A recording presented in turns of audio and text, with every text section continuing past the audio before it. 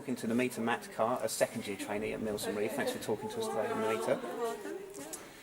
How's your trainee experience been so far? What seats have you done? It's been good. So far, because I work at Mills and Reeve, we do 6 4-month seats. So I've been fortunate enough to now have already done 4 seats. My first was regulatory, which was a lot of sort of litigation. We acted for sort of medical institutions, as well as we've done a lot of like corporate manslaughter issues and things like that.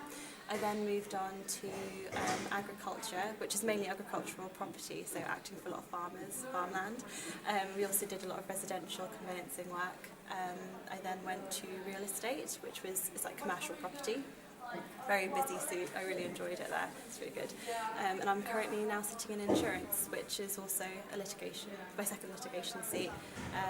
It's really sort of varied work because we represent a lot of professionals, so either solicitors, accountants, surveyors, surgeons, so it's quite varied areas of law, so it's been good. So you've had a real mix of experience in terms of different practice areas. Have you got any idea at the moment what you might like to qualify into? It's quite hard to sort of pinpoint, because I guess once you've done, I'd know once I've done all my seats what I'd actually like to do, but I think so far I've really enjoyed the property work, so I've done 2 seats in property law, which is quite surprising because when I studied property law I absolutely hated it. I really struggled. It's my worst subject, but for some reason in practice it's completely different and enjoyable. So. Cool. And have you had a lot of client contact over the course of your seats? I have. I've been fortunate enough to. I think when I first started out, there was less contact, and then as time went on, more. So real estate was probably the time that I was having sort of more client contact and attending client meetings and sort of speaking directly with them on the phone whenever they had any issues come up. In insurance, they're very careful, so they let you sort of communicate with clients by email and things, but you have to get everything approved before they'll send it out. But they definitely a lot of clients are quite good at like having trainees work on their files as well, which is quite nice. Oh, great.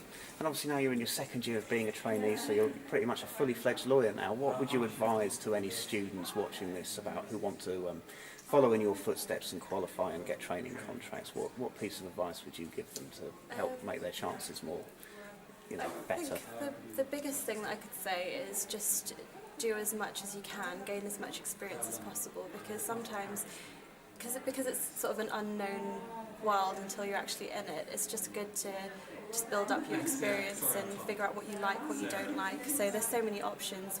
If you want to become a solicitor, you have to make the choice between high street firm, sort of regional firm, or city firms, areas of law that you want to qualify into, whether you enjoy contentious or non-contentious work. There's so many sort of questions, and sort of the more that you do, the more experience you gain, the better. I think that's probably the biggest tip that I can give. So research is also obviously a really important part of getting a training contract. Would you have any advice for students about how to go about that? Yeah, I mean, definitely. I mean, there's lots of websites which are useful when you're researching. I personally found lawcareers.net quite useful because they're quite comprehensive on their website as to where you can search if you're interested in being a solicitor, and in what area you can then find out what firms are in the area, what training contracts they offer. There's usually sort of a bit of information about how to apply for jobs, and I just think their information sections are quite good as well. So if you're a first year law student especially, or you don't really know much at this stage about what you want to do, just going on that website is quite useful for sort of summaries about being a barrister or solicitor, different types of law firms that are available. So yeah. Oh, it's good to hear we're doing something right. Thanks, Namita, you've made our day.